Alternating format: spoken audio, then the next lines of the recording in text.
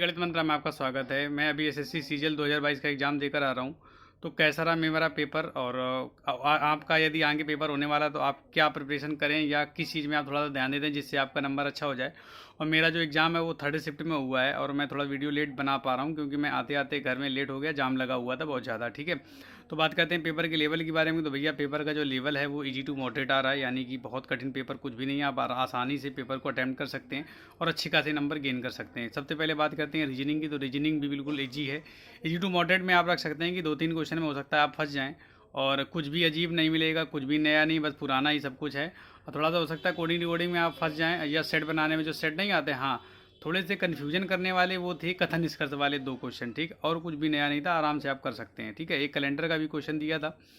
अब बात करते हैं जब मैथमेटिक्स के बारे में। तो भैया मैथ बिल्कुल ईजी आ रही है, यानी कि यदि आपने अच्छा खासा प्रिपरेशन कर रखी है तो मैथ आप कर लेंगे।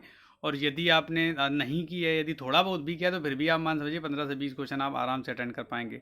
डीआई थोड़ी सी लिटिल बिट हल्की फुल्की कैलकुलेशन आ रही जिससे आप अप्रॉक्सीमेट लगा के भी वैल्यू सॉल्व कर सकते हैं, ठीक है।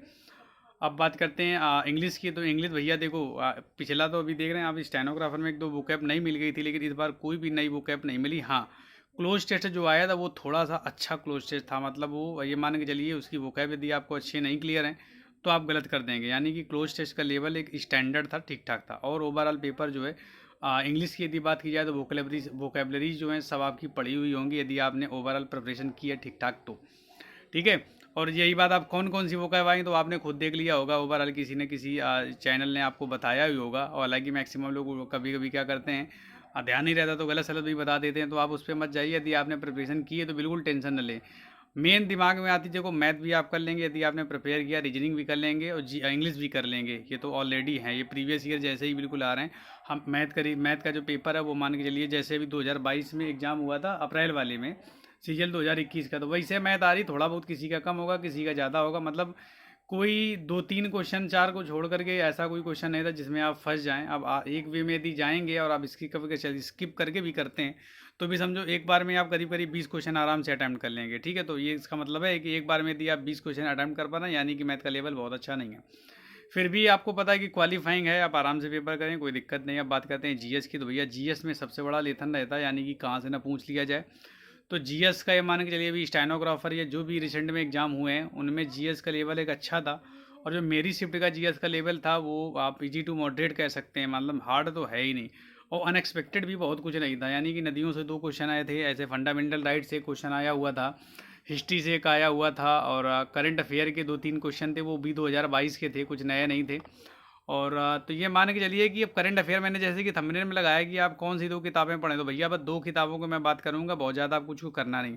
क्योंकि एक तो मैं खुद अपना पेपर दे के आ रहा हूँ और सुबह यानी कि फर्स्ट शिफ्ट सेकंड शिफ्ट का मैंने पूरा एनालिसिस करा हुआ है।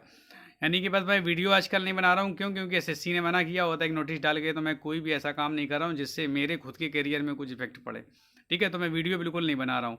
बस ये है कि मेरा, मैं जाता हूँ सेंटर में, बात करता हूँ भैया कैसा रहा, इसी हिसाब से आगे कट ऑफ बना के डालता हूँ, ठीक है। बस वीडियो बना के नहीं डालता।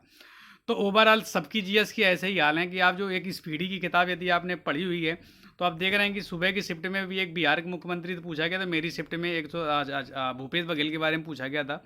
तो यानी कि मुख्यमंत्री से आप पढ़ सकते हैं, यानी कि स्पीडी की जो किताब आती है आप स्पीडी अच्छे से कर लें, आराम से आपका अच्छा खासा करंट अफेयर वहीं से निकल जाएगा। कोई कठिन क्वेश्चन नहीं आ रहे हैं करंट अफेयर के, डिक्टो बिल्कुल वर्ड बाई वर्ड, मतलब पहले के जो क्वेश्चन थे वो घुमा फिरा के पूछे जा रहे थे। अब क्या क्वेश्चन है, आसान क्वेश्चन आप आराम से कर सकते हैं। देखो मेरे पास क्वेश्चन भी पूरे आ गए, मतलब मुझे याद है पूरे पूरे क्वेश्चन कौन कौन थे। 18 क्वेश्चन तो मेरे शिफ्ट के मुझे खुद याद आ गए हैं, ठीक है। और 5-6 क्वेश्चन और हमें याद नहीं यार, तो उनकी मैं बात करूँ, लेकिन मैं क्वेश्चन अभी कोई डिस्कस नहीं कर सकता क्योंकि भैया कहानी आप समझ रहे हो एसएससी कितनी ख़राब है।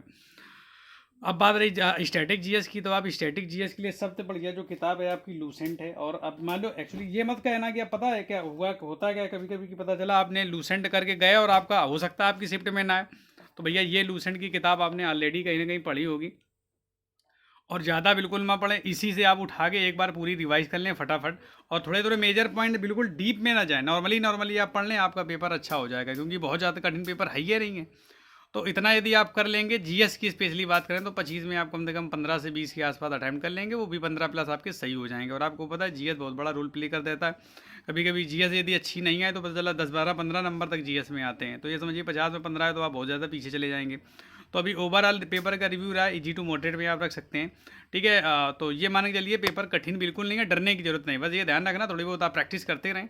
और आपका पेपर यदि कल ही लगा हुआ है तो आप बिल्कुल कुछ ना पढ़ें, आपने रियली में कुछ ना कुछ पढ़ा ही होगा, तो है तो कुछ नया करने की ज़रूरत नहीं है, कुछ भी आप नया ना करें, बस आराम से जाएं। और पेपर करने का तरीका मैंने बता दिया, स्किप करके करें, कहीं पर आप फंसें तो रुकें बिल्कुल ना, चलते जाएं, वापस आके करें। और यदि कुछ कंप्यूटर में दिक्कत हो रही है, क्योंकि मेरे शिफ्ट में ऐसा हो रहा है कि कंप्यूटर में कुछ न कुछ गड़बड़ हो रहा है, हो सकता है लास्ट में ही गड़बड़ी आ जाए, तो आप किसी को बुला के ज़रूर कह दें कि भैया ये गड़बड़ हो रहा है, तो उसको आप करेक्ट करवा दें, क्योंकि 3-4 सिस्टम ऐसे हुए थे कि मेरे शिफ्ट में लोगों के गड़बड़ हो गए थे, ठीक है। तो आप तुरंत वहाँ पर, क्योंकि वो अथॉरिटी होती है, वो आपकी अथॉरिटी है कि आप उसको करेक्शन करवाएं, मतलब करेक्ट करवाएं, नहीं तो गड़बड़ हो जाएगा आपका पेपर, ठीक। तो ओवरऑल पूरा पेपर का मैंने रिव्यू दे दिया है, पेपर में कोई डरने की जरूरत नहीं, आराम से आप जाकर पेपर को सॉल्व करें, आपका पेपर बहुत अच्छा हो जाए। फिर भी यदि कोई क्वेरी हो तो आप कमेंट करके जरूर हमसे पूछ सकते हैं। वीडियो को ज़्यादा लाइक कर देना, कमेंट कर देना, शेयर कर देना, और चैनल पर नए तो चैनल को सब्सक्राइब करके सपोर्ट कर देना। Thanks for your time.